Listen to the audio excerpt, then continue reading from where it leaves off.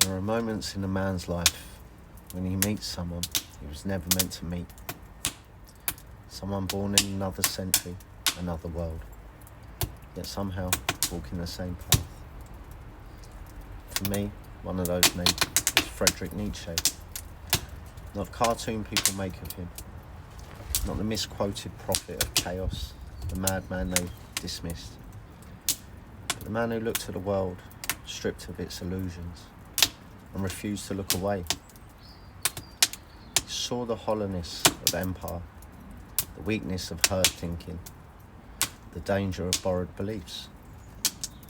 He knew that most people don't want truth, they want comfort, security, permission.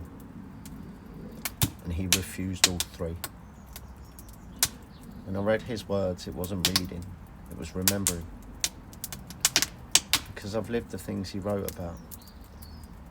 The descent into self, the death of old gods, the fire that burns everything false, and the quiet resurrection that follows.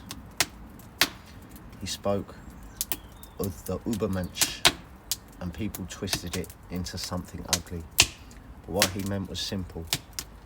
A human being who stops outsourcing their soul. A human being who becomes their own Axis Mundi. A human being who doesn't need permission from priests, kings or crowds. That's why I feel him. Because that path, that fire, is the same one I've walked.